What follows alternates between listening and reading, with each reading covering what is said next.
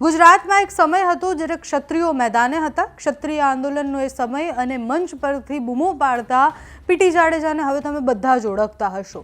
એક સમયે મંચ પરથી હું બાપુ છું એટલે હું કડું પહેરું છું અને હું બાપુ છું એવું કહીને બોલતા પીટી જાડેજા હવે જેલમાં કેદ છે। એમની ધરપકડ કરવામાં આવી છે। પોલીસે પાસા હેઠળ એમની ધરપકડ કરી છે। શું છે સમગ્ર મામલો, પોલીસે કેમ ધરપકડ કરી છે એની વાત કરીશું। નમસ્કાર, આપની સાથે હું છું પાયલ।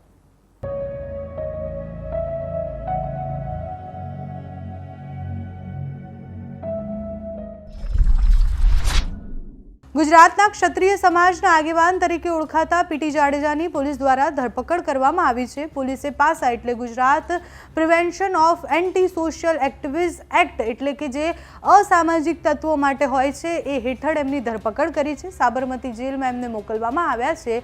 અમરનાથ મંદિરમાં આરતી ન કરવા મુદ્દે પીટી જાડેજાએ જે ધમકી આપી હતી એ મુદ્દે રાજકોટ તાલુકા પોલીસે કાર્યવાહી કરી।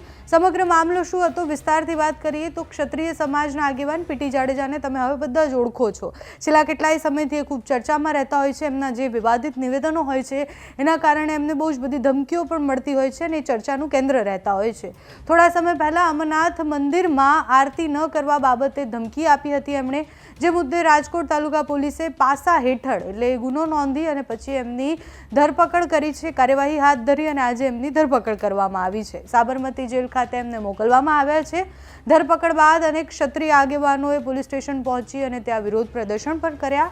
આ અંગે પીટી જાડેજાના પુત્ર જે અક્ષિત જાડેજા છે એમણે એવું કહ્યું કે ગત તારીખ 3 એટલે કે ગઈકાલે નોટિસ આપવામાં આવી હતી અને પિતા તાલુકા પોલીસ સ્ટેશન બોલાવી અને એમની પૂછપરછ કરવામાં આવી હતી।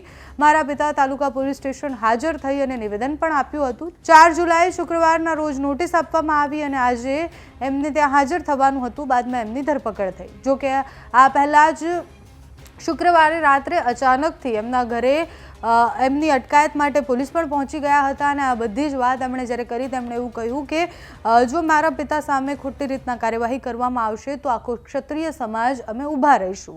પાસા હેઠળ સાબરમતી જેલમાં એમને મોકલવામાં આવ્યા છે। સામાન્ય ગુનામાં પાસા હેઠળ કાર્યવાહી કરવામાં આવી છે। તંત્ર દ્વારા અમારી સાથે કિન્નાખોરી અને ચોક્કસ કોઈ ઈરાદા મુજબ અમારા સાથે જે ખોટું થયું છે એ કરવામાં આવ્યું છે। મારા પિતાના બીપીની તકલીફ છે, એમને હોસ્પિટલ પણ લઈ જવા પડ્યા હતા અને એ સ્થિતિમાં પણ એમની ધરપકડ થઈ છે। હવે એમને કશું પણ થશે તો ક્ષત્રિય સમાજ બહોળી સંખ્યામાં એકઠો થઈ અને એમને જવાબ આપશે। સત્તા પક્ષમાં રહેતા નેતાઓ અને સાથે જ પોલીસ સામે એમને ઘણા બધા આક્ષેપો કર્યા છે। પીટી જાડેજાની વાત કરીએ તો પીટી જાડેજા હમણાં થોડા સમય પહેલાં જ ખૂબ ચર્ચામાં પણ હતા। આના સિવાય અનેક એવા નિવેદનો એમને પહેલાં પણ આપ્યા છે જેના કારણે ચર્ચામાં રહ્યા છે।